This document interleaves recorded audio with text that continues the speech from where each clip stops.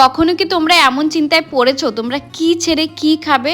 আজকে কিন্তু আমি এমন একটা চিন্তায় ছিলাম। হরে কৃষ্ণ সবাইকে। আজকে আমরা চলে গেছিলাম 25শে ডিসেম্বরের দিন মায়াপুর ইসকনের ভেতরে গোবিন্দাস রেস্টুরেন্টে, কারণ ওখানকার দুটো স্পেশাল কুপন আমাদের কাছে ছিল। আজকে ওখানে আয়োজন করা হয়েছে আনলিমিটেড বুফের। তো চলো গিয়ে দেখা যাক। আগের শর্টসে কমেন্ট করেছিল ইয়াশিস ব্লগ, লিখেছিল নতুন বছরের কি প্ল্যান। নতুন বছরের কিছু প্ল্যান থাকলে অবশ্যই তোমরা সেগুলো ভিডিওতে দেখতে পারবে। তারপরে কমেন্ট করেছে অঙ্কিতা দাস, লিখেছে দিদি তুমি কি 31 তারিখ মায়াপুরের প্রোগ্রামে থাকবে? হ্যাঁ অবশ্যই থাকবো। তো চলো এবার কমেন্ট পড়া শেষ, এবার চলে যাই গোবিন্দাসের ওপরে। তো বন্ধুগণ চলে এসেছি গোবিন্দাসের ওপরে, আর এসে তো আমি পুরোপুরি অবাক, কারণ এত লোক এসে যে আমি দেখবো সেটা আমি আশা করিনি। এখানে প্রত্যেকে এসছে আনলিমিটেড বুফের আনন্দ নিতে। দেখতেই পাচ্ছ প্রত্যেকটা চেয়ারে কেউ না কেউ তো বসেই রয়েছে। এখন আমরা চলে যাব প্রসাদের দিকে। এখানে দেখো কত রকমের প্রসাদ রয়েছে।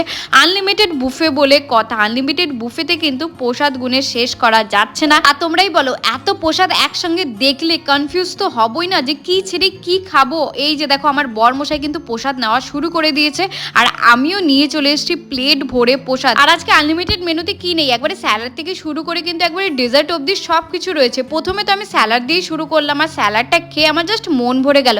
এখানে বরমশাই দেখো মনের আনন্দে কিন্তু আস্তে আস্তে সব কিছু খাচ্ছে। আর আমি জিজ্ঞেস করলাম কেমন হয়েছে, বলছে দারুণ দারুণ। আর এই রাইসটা আমার খুব ভালো লেগেছে, খুব টেস্টি হয়েছিল। আর এই জিনিসটা আমি প্রথমবার খেলাম, এটাও আমার ভালো লাগলো। আর হ্যাঁ আরেকটা জিনিস বলতে তোমাদের ভুলে যাচ্ছি, এত কিছুর সঙ্গে কিন্তু গোবিন্দাস পিজারিয়ার আনলিমিটেড পিজা ছিল, যেগুলো খেতে জাস্ট দারুণ ছিল। আমি তো বন্ধুগণ মন ভরে পেট ভরে পিজা খেয়েছি, আর লাস্টে একটু ঠান্ডাই খেয়ে সব খাওয়া দাওয়া শেষ করলাম। আর আমার ভিডিওগুলো ভালো লাগলে সবাই কিন্তু অবশ্যই চ্যানেলটাকে সাবস্ক্রাইব করে দিও। সবাইকে টাটা অ্যান্ড হরে কৃষ্ণা।